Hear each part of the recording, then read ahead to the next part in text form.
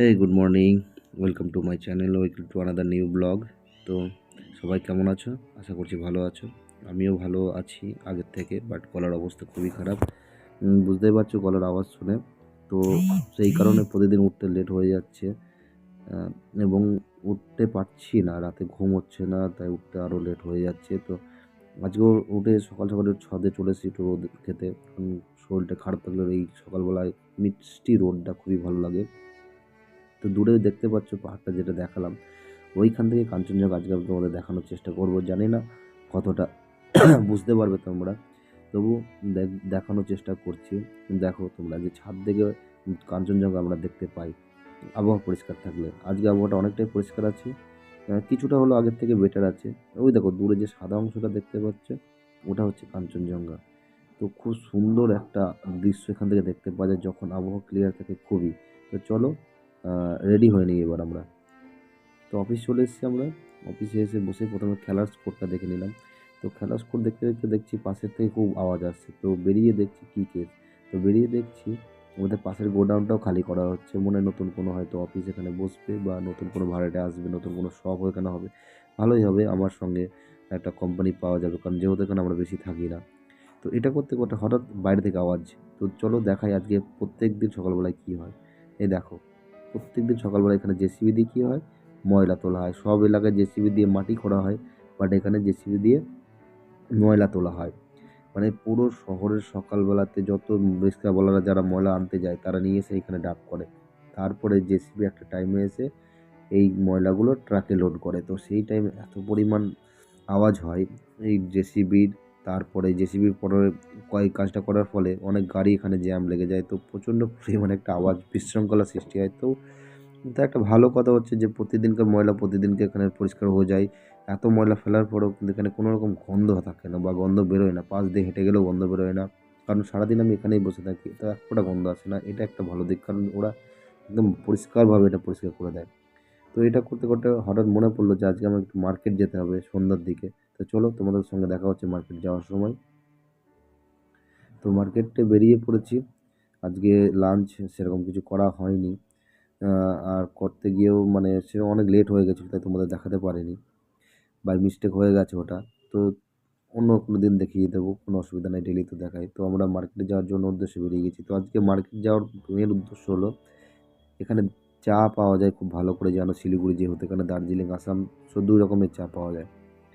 তো সেই চা চা কিনতেই যাবো আমরা আজকে, আমি আর আমার রুমমেট। ওরা কালকে চলে যাবে, মানে আজকেই চলে যাবে, রবিবার দিন বেরোবে ওরা। তো সেই কারণে বাড়ির জন্য কিছু চা নিয়ে যাবে এবং আমিও নেব কিছু। তো তোমাদের দেখাই যে দার্জিলিং টি ফ্লেভার আসাম দুধ চা কীরকম হয় দেখতে।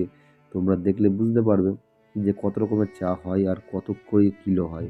আশা করছি এটা তোমাদের চা কিনতে গিয়ে অনেক সময় সুবিধা হবে। যতটা পারি চেষ্টা করছি তোমাদের চায় সম্পর্কে একটু হলেও চেনানোর, যে চা কীরকম হয়। যখনই চা কিনতে যাবে অনেক সময় দেখবে দোকানে এই চা ভালো চা বলে এমন একটা চা দিয়ে দেয় যে বাড়িতে এসে খাওয়া যায় না। বাট এই আমি যে দোকানটায় যাচ্ছি এটা অনেক পুরনো একটা দোকান। এটা মার্কেট একটু অন্যদিকে, এখানে চা খুব ভালো পাওয়া যায়। এই যে এই রাস্তাটা ধরে মানে বিধান মার্কেটের উল্টো দিকে, ঠিক আছে, একটা রোড আছে, সেই রোডটা দিয়ে ভেতরে চলে যেতে হবে। এখানে তুমি অনেক কিছু দেখতে পাবে। এই যে এই লাইনটা পুরোটাই হচ্ছে একটা জামা কাপড়ের দোকান। হ্যাঁ, পুরোটাই পাশাপাশি দেখবে একটার পর একটা, একটার পর একটা, একটার পর সবই জামা কাপড়ের দোকান। আর এই দিকে হচ্ছে সব তো এই মানে দোকানের এখানে অভাব নেই, একটার পর একটা দোকান আছেই। আর মার্কেটটা এটা তো দেখালাম জাস্ট 2%, আগের দিন দেখিয়েছিলাম 2%, এখনও নয় নয় করে 6%, মানে 10%-এর মধ্যে 4% দেখালাম, এখনও 6% বাকি আছে। তো দেখো আগে আরও যাই। এখন আমরা এসেছি চা নিতে। তো এইগুলো হচ্ছে তোমার কাপড়ের শীতের কাঁথা কম্বল ব্ল্যাঙ্কেট বিভিন্ন রকম। কিন্তু এখানে একটা জিনিস তোমাকে দাম দর করে জিনিস নিতে হবে, কারণ শিলিগুড়ি বহুত এক্সপেন্সিভ জায়গা না হলেও এখানে মানে তোমাকে লুটে নেওয়ার জন্য সমস্ত অল টাইম কিন্তু এরা ব্যস্ত থাকে। তো এখানে কিন্তু দাম দর করেই জিনিস নেবে। যদি ২,০০০ টাকা বলে তুমি ৫০০ টাকা বলো। হ্যাঁ, আর দাম দর না করতে বলে তুমি এখানে এসো না। এটা হচ্ছে ২৫শে ডিসেম্বরে কোনো রকম একটু করেছিল, বাট অতটাও কিছু করেনি। আমি তো আশা করেছিলাম ভালো কিছু করবে, বাট না। আমার তো মনে হয় এর থেকে আমাদের কলকাতা পার্ক স্ট্রিট অনেক ভালো, মানে বেটার, লাখ লাখ বেটার। তো এই দেখো চায়ের দোকানে চলে এসেছি। এখানে বিভিন্ন রকম চা তুমি পেয়ে যাবে। দোকানটা অনেক পুরনো, শিলিগুড়ি মার্কেটে, হংকং মার্কেট কেউ যদি থাকে তাহলে এই দোকানে আসতে পারো, ঠকবে না তুমি। গোল্ডেন টি হাউস যা দোকানটার নাম। তো এটা হচ্ছে তোমার 600 টাকা কেজি দার্জিলিং টি, ফ্লেভার টি। প্রথমে ফ্লেভার টিগুলো দেখায়, তারপরে এই দেখো 800 টাকা বের করছে এখন। না সরি, এটা প্রথমে যেটা বের করলো সেটাই 800 টাকা, এটা 600 টাকা। হ্যাঁ, এটা 600 টাকা। এরপরে 1000 টাকাটাও দেখাবে।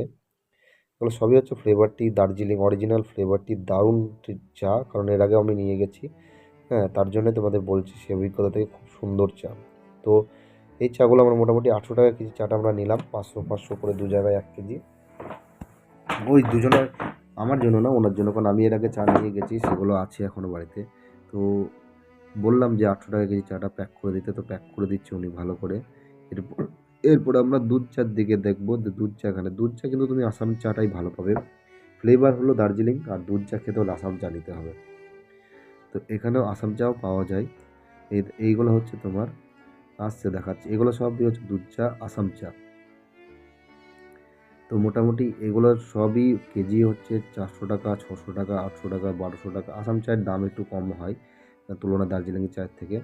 তো আমরা মোটামুটি 1 কেজি দার্জিলিং টি, 500 আসাম চা নিয়ে নিলাম।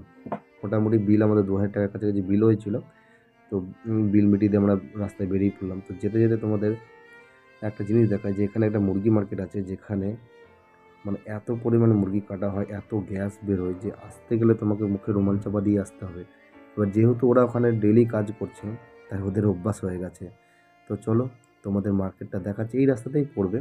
যাওয়ার সময় তোমাদের একবার দেখিয়ে দেবো। দেখো মার্কেটটা কত বড়। মার্কেটে আমরা প্রায় রাস্তা হারিয়ে ফেলেছিলাম।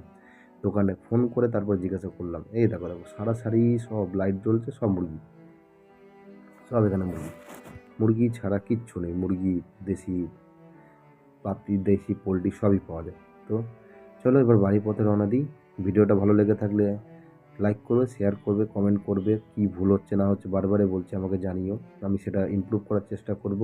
সবাই ভালো থাকবে, সুস্থ থাকবে।